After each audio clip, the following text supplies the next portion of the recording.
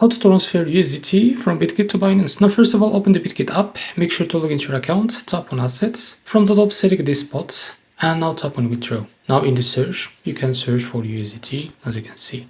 Now tap on it. As you can see, tap on chain withdrawal, and as you can see, they will ask you for the withdrawal address that you can get it from your Binance. Now to get it from your Binance account, go back, open the Binance app, make sure to log into your account, tap on assets, now tap on spot. As you can see, tap on deposit, and now here select the USDT. Now here select the network. It will be, for this case, BIP20. Now, as you can see, you will be able to see your withdrawal address from here. Now just copy it. Now go back to your Bitget. Now paste the withdrawal address here. Select the network as you see it on the Binance as BIP20. And in the amount, you can type how much you want to transfer from Bitget, as you can see. Now after that, tap on withdraw, and you will be able to transfer that amount to your Bitget, to your Binance, sorry. So this is how to transfer USDT from Bitget to Binance. If you found this very helpful, please like and subscribe. See you next video.